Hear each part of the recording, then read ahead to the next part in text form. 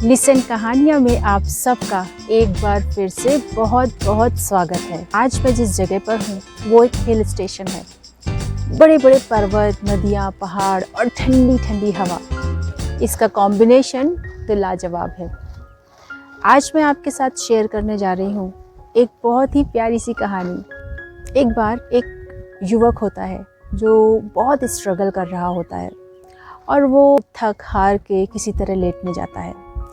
वो ये चाहता था कि मैं इस दुनिया में सबसे शक्तिशाली बनूं। तो वो ये सोच रहा था कि सबसे शक्तिशाली इस दुनिया में क्या है। सोचते सोचते वो सो गया और सोने के बाद उसने एक सपना देखा। वो सपने में भी यही सोचता रहा कि सबसे शक्तिशाली क्या है। उसको उत्तर मिला कि इस दुनिया में सबसे शक्तिशाली सूर्य है, क्योंकि उसकी गर्मी को कोई भी बर्दाश्त नहीं कर सकता और वो इस दुनिया में सबसे शक्तिशाली है। उसने ईश्वर से प्रार्थना की कि मुझे भी सूर्य बनना है। ईश्वर ने उसकी बात मान ली और उसे सूर्य बनने का आशीर्वाद दे दिया।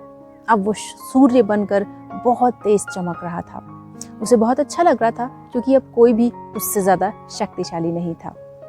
एक बार उसने देखा कि एक किसान कड़ी धूप में मेहनत कर रहा है, फसल बो रहा है, अपने खेतों में काम कर रहा है।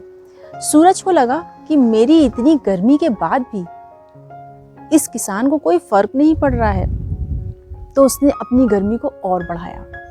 अब किसान को और भी गर्मी लगने लगी। उस भयंकर गर्मी में भी काम करता रहा। तो सूर्य को यह एहसास हुआ कि आखिर ये इतनी ज्यादा गर्मी में कैसे काम कर रहा है। उसने सोचा ऐसा क्यों हो रहा है, तो उसे पता चला कि हवा की वजह से वो किसान खेत में काम कर पा रहा है। अब वो सूर्य को लगने लगा कि हवा उससे भी ज्यादा शक्तिशाली है। तो उसने भगवान से कहा कि भगवान, सूर्य सबसे शक्तिशाली नहीं है, हवा सबसे शक्तिशाली है, इसलिए मुझे हवा बनना है। ईश्वर ने कहा ठीक है, तो तुम हवा बन जाओ। बहुत दिनों तक उसे हवा बन के बहुत अच्छा लगता रहा। वो इधर उधर आराम से हवा बन के बहता रहा। उसे बहुत अच्छा लगता रहा और हवा को कभी कोई रोक भी नहीं पाता था। एक बार वो बहते बहते एक पर्वत से टकरा गया और टकराने के बाद उसका पूरा अस्तित्व ही चेंज हो गया। तब उसको यह एहसास हुआ कि हवा से भी ज़्यादा शक्तिशाली पर्वत है, विशाल पर्वत। मेरे पीछे भी आप एक विशाल पर्वत देख सकते हैं। इसी पर्वत को देखकर मुझे ये कहानी याद आई। उसको लगने लगा कि पर्वत सबसे शक्तिशाली है, इसके आगे तो हवा भी कम है। उसने ईश्वर से ये प्रार्थना की कि अब मुझे पर्वत बनना है।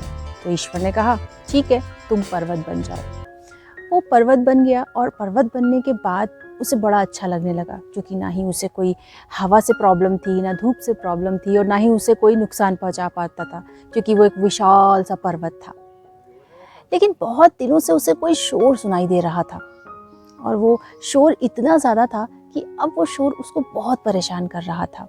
उसने ध्यान दिया कि एक व्यक्ति छेनी और हथौड़ी से उस पर्वत को तोड़ रहा है और धीरे धीरे वो पर्वत टूटता जा रहा है।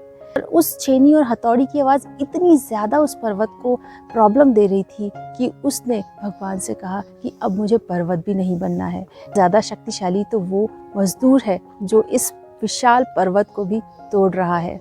लेकिन अब वो लड़का मजदूर नहीं बनना चाहता था। अपनी आंखें खोली तो उसने देखा कि ये सब कुछ एक सपना था, और सपने से जागकर जैसे ही वो शीशे के सामने खड़ा होता है तो वो अपने आप को ही देखता है, और उसे ये एहसास होता है कि उस पर्वत को तोड़ने वाला और कोई नहीं बल्कि वो लड़का खुद ही है। अब इतना बड़ा विश्वास रखने वाला, इतनी बड़ी सोच रखने वाला, इतने बड़े पर्वत को तोड़ने की साहस करने वाला वो लड़का और कोई नहीं बल्कि वो खुद ही था। इस कहानी से हमें ये सीख मिलती है कि कोई भी काम छोटा या बड़ा नहीं होता है।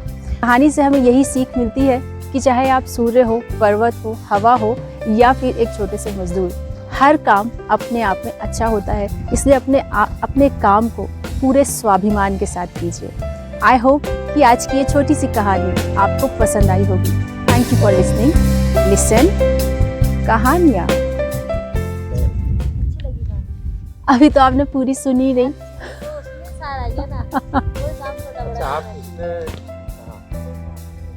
एक सेकेंड, इसको बंद कर दूं।